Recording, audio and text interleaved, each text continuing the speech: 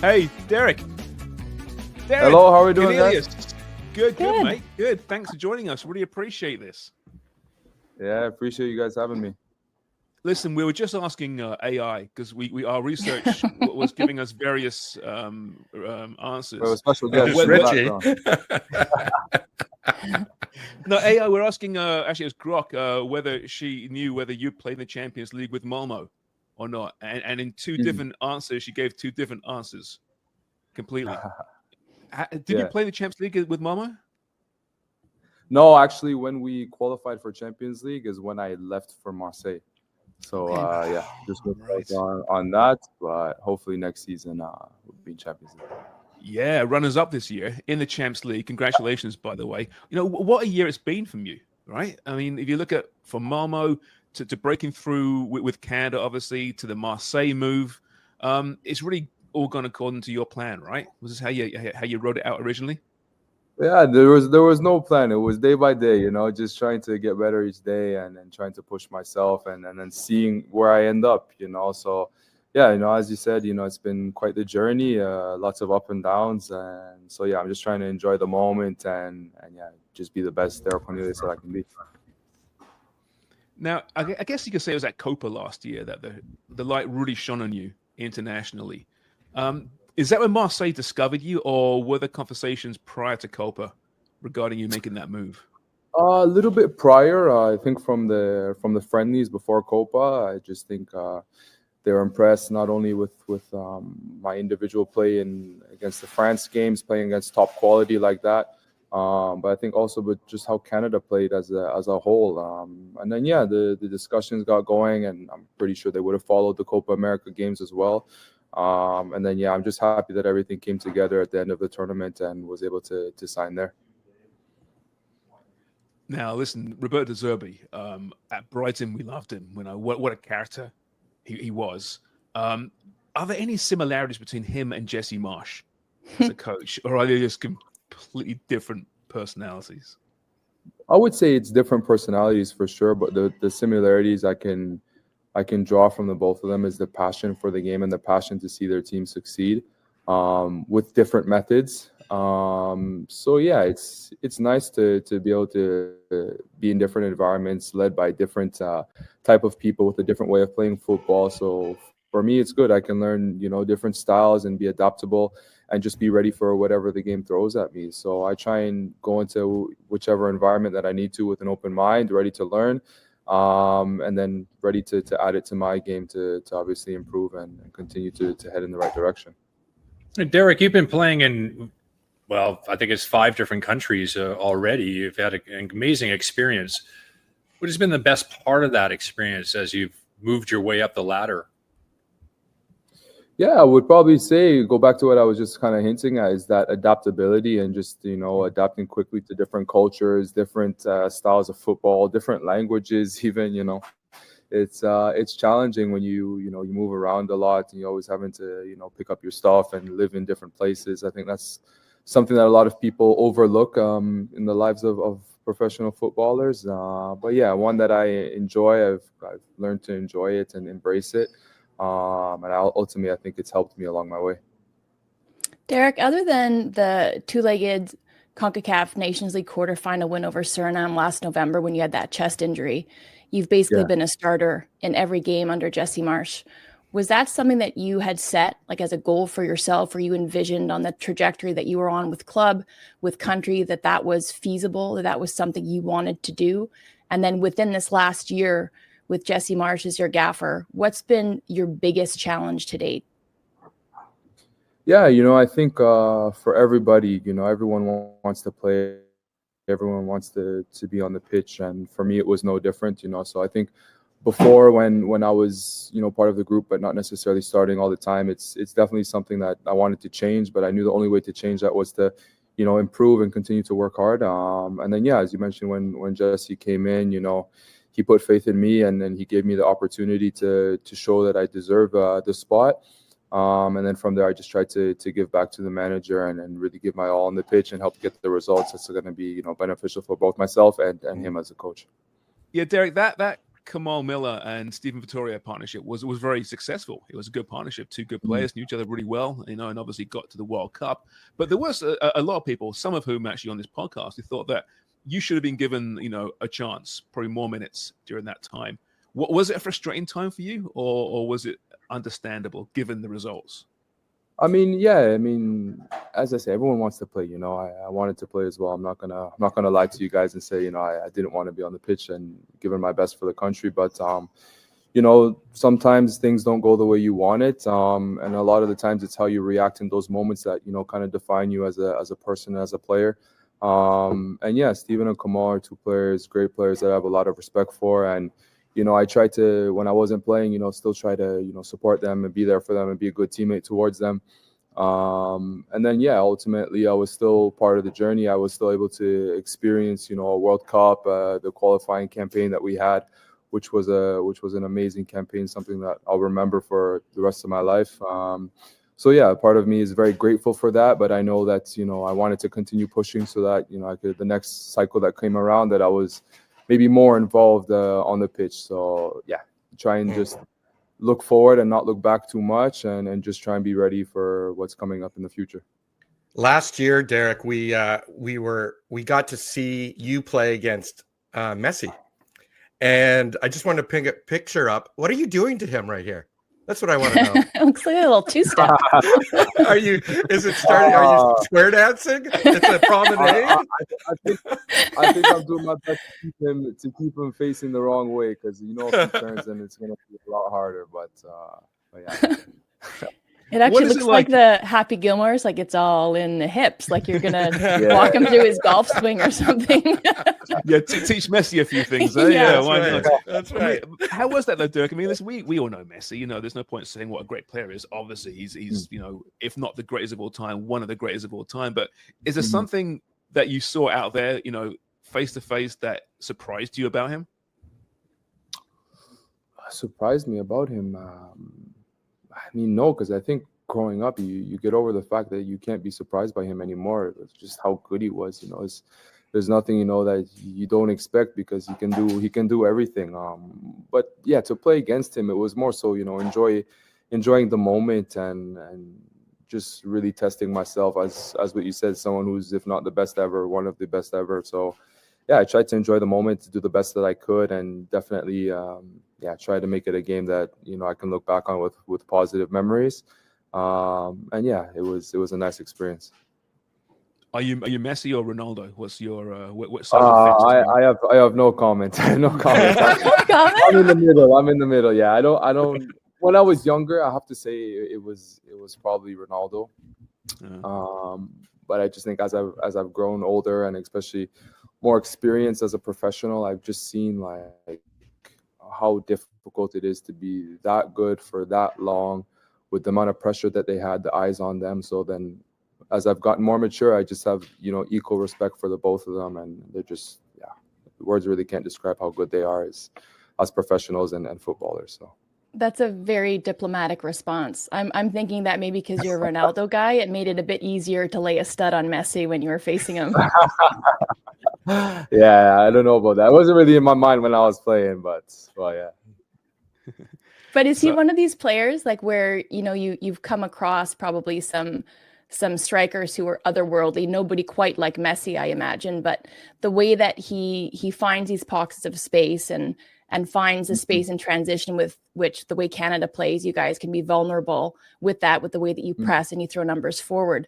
But is he one of these guys that gives you sort of these teachable moments and learnings as a center back to be prudent, to be always have that head on a swivel, to increase that awareness, whether it's through your positioning or just keeping the team tight? Like, is that something that you put in your toolbox after facing him? No, I think what I learned about facing him is, when you come against players of a certain quality, a certain skill level, there's only so much that you can do. And if they get the ball, it's going to be dangerous, and I think that was mostly our game plan when we played against them, is just try and stop him touching the ball as much as you can, and which means you're kind of defending more so the other players around him that would pass the ball to him, rather than necessarily just defending Messi. Because even if you're pressuring him or close by, if he gets the ball, he's going to make the right decision. He's going to create something that's dangerous. So I think that would be a learning that I took from that game is just, how do you defend by stopping a player from actually receiving the ball. So I think that's something I'll take with me, and in the future when I come up against someone at that quality and skill level, then at least I'll have that experience of defending in that way. So. And coming into this camp, I think for the first time, I mean, I mentioned that you're a nailed-on starter under Jesse Marsch, but you won't have Moyes Bombito right next to you. So will that change your approach at all? Will you be asked to do more in the way of leadership, depending who's next to you, whether it's a Joel Waterman or any of these other center backs who are coming into camp? Like, do you put more responsibility upon yourself to perform because Moyes isn't there?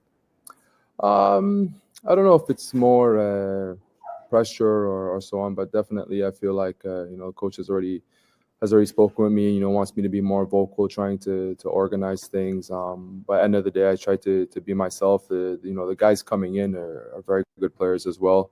So I'm not too worried about who I pair up with or whoever the coach decides to put on the pitch. We have a full squad of players, with great potential, and even in the Uruguay game, you saw Luke come in place for me, and he played exceptional. So I think that just goes to show the depth that we have as a team. And yeah, for me, if I try and do what's asked of me, so if the gaffer asks more presence in the back vocally or tactically, I try and always just do my best and try and give back what's expected of me. So how's the banter with Moyes? Obviously both playing in France. You just pipped Nice at the end to second place there in the table. Having fun with that? Yeah, it was good. It was good competition, but towards the end of the season, I started getting to the point where I didn't necessarily like watching their games and so on, because Moyes is a good friend of mine. So generally, you want to wish the best on your friend, for them to do well, for them to win, for him to play well. But towards, sorry, my language, but towards the end of the Please, quite all right. It's usually us who's doing that. Towards the end of the season, where points were really hard to come by, and they were so close. It's like I just don't even want to watch, because I don't want to wish bad on a good friend of mine, wish bad on his team. But at the other hand, hey, if you guys don't win this game, I won't be too angry, So it was a little bit tough towards the end, but hopefully I'll get back to the point where I can really just support him and wish the best for him. Almost out of time here, but we have a little tradition here for newbies on the podcast. Dan Wong there has a getting to know me in 9 questions. Wonger, is that what it is? This one's only 7 because 7 questions. But rapid fire, exactly. Okay. So Derek Cornelius, welcome to Get to Know Me on Footy Prime. You're craving junk food. What place or type of food are you hitting up? Craving junk food. I would probably say chocolate lava cake. Oh wow, that's a good specific. Very specific. I love it. Yeah. You get to choose the music in the locker room, and we all know what a big deal that is. What are your go-to beats? Dance hall, Popcorn, Vibes Cartel. Yeah, dance hall guy. You have a week off. Where are you vacationing? Jamaica. Down in Jamaica. Okay, if we weren't playing football, what sport would you be playing professionally? Either ice hockey or basketball. Played some hockey down as a kid and really love basketball. What did you play at basketball? Because Amy played basketball and soccer at Sejep. No. I just played basketball at the park. I just really like the sport, but hockey I actually used to play when I was younger. So yeah, one of those two. What was your favorite club growing up and why? Manchester United, and because they would always find a way to. They always find a way. Fergie time and last second goals and just winning it late, overcoming what seemed impossible. Loved it. Okay. Here's a personal question. Oh, sorry, I cut you off. Here's a personal question. What was your worst subject in school? What was your best? My worst. What was my worst? Maybe like a biology. Biology, I would say, was one of my worst. One of my best, maybe math. Oh. Okay. And final question: what was your favorite video game growing up? Either FIFA when I was kind of teenager-ish, When I was really young, Dragon Ball Z. See? He's a pop culture fiend. Hey, Derek, listen, thanks so much, mate. This is great. Really enjoyed it. Good luck. We're calling it the He Believes Cup, by the way. Play on the She Believes Cup. We're not doing this Canadian Shield nonsense. He believes. But anyway, listen, thanks so much, mate. Have a great summer. We're looking forward to watching you play. Thank you, guys. Thanks for having me again. Thanks, Derek. Thanks. Take care. Have a great day. That is Derek Cornelius. Interesting answers, like the lava cake one. Kind of took me by surprise. Usually, it's McDonald's or No, he gave us some real thought, a thoughtful answer. It was so specific. It's like, he was thinking of what I'm going to go with. Go ahead. And zero hesitation. Yes. Yeah. Right? Like a center back should be. Yes, Forrest. There it is. No, we're in good shape with centre backs right now, and like you mentioned, Dubs, no Moyes Bombito this summer. But we're going to see Derek obviously anchor that back line, you'd think, with some younger faces maybe. And I want to see Joe Waterman get a chance to show what he can do, because he's been that training player, as they call him, for the last number of camps. But to see him get some minutes, you've watched him a lot, obviously, in Montreal. Has he got what it takes, do you think, to perform at this level? I think that he does. I think, too, like paired with somebody like a Cornelius, or if it was Cornelius who was absent and a Moyes Bombito, I think you have the physical attributes to be able to insulate, who's in front of you, whether it's that number 6 and that coverage there, if they're covering the back line, or just insulate and make amends almost for the risks that you're going to be take within the philosophy of Jesse Marsch. So you need to be highly athletic. But again, I think the two of them, you have the leadership, you have the positional awareness, you have their ability to read the game, to make recoveries if there is a small error. It's the pace that allows them to make amends for that. So does Joel Waterman necessarily have that same level or capacity in his game? I don't think that he does, but I think his understanding of the game puts him in that same conversation. And it's whether or not he can execute and pair well with the Derek Cornelius. So I think a lot depends whether it's Waterman or it's Jamie Knight-Labelle or whoever it is. I'm missing it. Who's the third person that might be in that's a center back in terms of our depth with the men's national team? I'm drawing a blank. You mentioned DeFogerel. You mentioned Luke. Yeah, exactly. Luke. That's who we mentioned. My brain wasn't making the connection there. So it's I think it's their attributes, their profiles as players, and obviously performing on the day, but it's how well will they partner with somebody who is going to be a pillar going forward in this men's national team in Derek Cornelius. I think that, and whether or not they mesh well, they have chemistry and they work well together, and whoever's in net, whether it's Crapo or St. Clair, and how all of that comes off. It's not just that player themselves in isolation.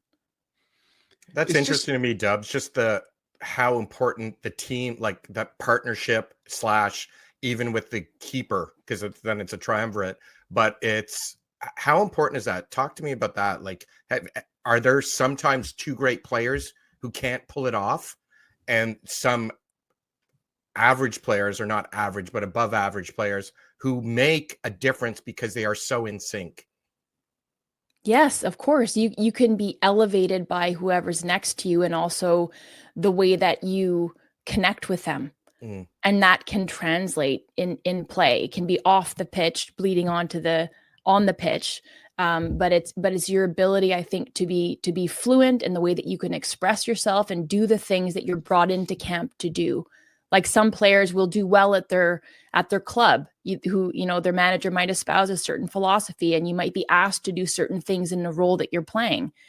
Can you bring everything that's positive about your play in a different environment with different players around you when you're being asked to do different things by your coach, and then come into national team camp and not miss a beat when you might be asked to do very different things with different people around you?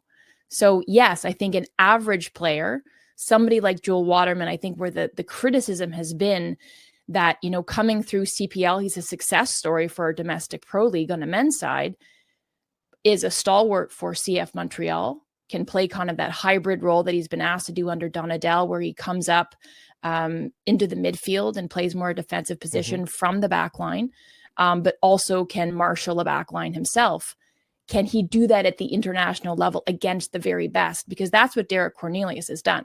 Like from day one, when he's been a starter with Jesse Marsch, it was a baptism by fire, both for Marsch and for this men's program against France and against the Dutch, and then Copa America, like the biggest tests. And he's answered the bell, he's answered the call. So can Joel Waterman do the same thing, where I think the stakes are a little bit lower at the Canadian Shield and at the Gold Cup, but I think really critically important for his inclusion looking forward to next year. Mm-hmm. And Derek, his pace is electric as well. He can get himself out of trouble, and that obviously plays into how the center backs will partner each other as well. And if you have that pace to get yourself out of trouble, is always changes things a little bit. I'm just happy that he's reached his heights that he has, because for so long, so many people thought this guy's going to be the next big thing. Like a really respected player when he was playing at the youth grade level. This guy's going to make it, and he has. At Marseille, right? I mean, it's one of the biggest clubs in the world.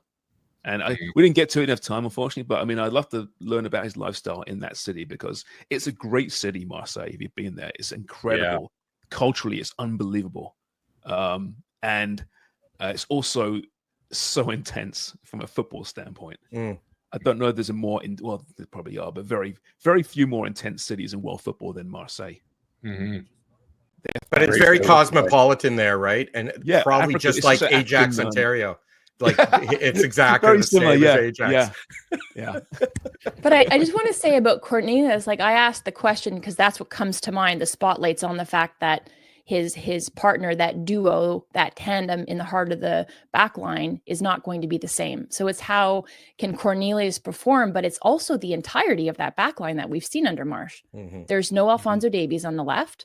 There's no Moyes Bombito next to Cornelius in the middle when you're with your two center backs, and there's no Alistair Johnston, for this Canadian Shield. So it's, can you bring that level of excellence, that commanding presence to the back line when you've got an all new kind of cast to your left and to your right? Yeah, it should be called the He Please Believe. Please, he believes. He kind of believes. Well, listen, tomorrow actually, I somewhat believes. They're playing Ivory Coast and Ukraine, right? And tomorrow we're going to talk some Ukrainian football with Andrew Todos, who's a UK-based journalist, back and forth though from Kiev, and has put together some incredible reporting on how that country is allowing football to continue and how.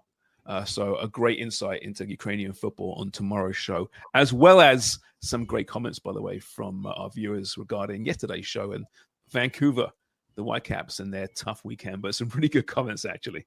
So we'll get to those tomorrow because we're out of time today. But right, if there's nothing else to get to, shall we say farewell? Well, just to tease, yes, I want to say farewell, but it's one of them was one of the comments was, "You're doing yourself a disservice for your brand with our picks." So it was funny. He was like, with our picks? Oh, with our picks. Yeah, with our picks, because we're like our brand's doing just fine with our incompetence and with our predictions. Our predictions, yes. It was funny. Well, I did say that if our life is dependent on it, you'd have to take Cruz Azul.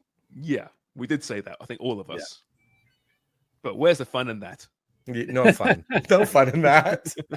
And also, I think, Sharms, you said it yesterday, we're allowed to be homers every now and again. Of course we are. Like I was firmly on that Vancouver Whitecaps train. I still am.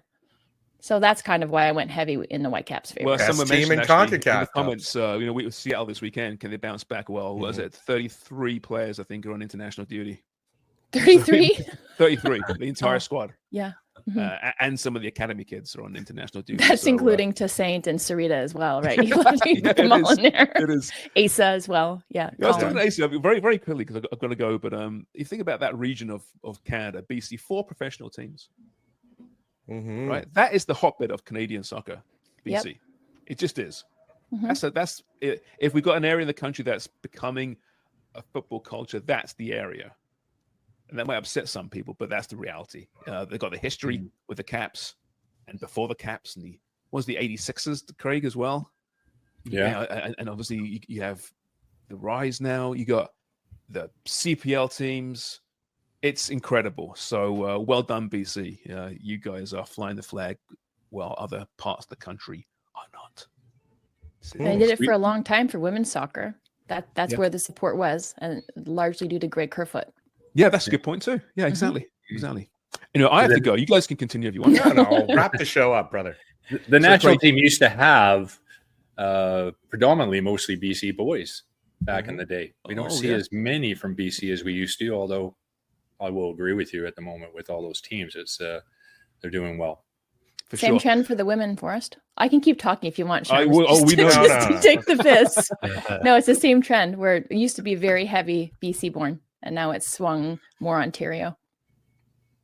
Okay, well that's it for today's show, and we're back tomorrow.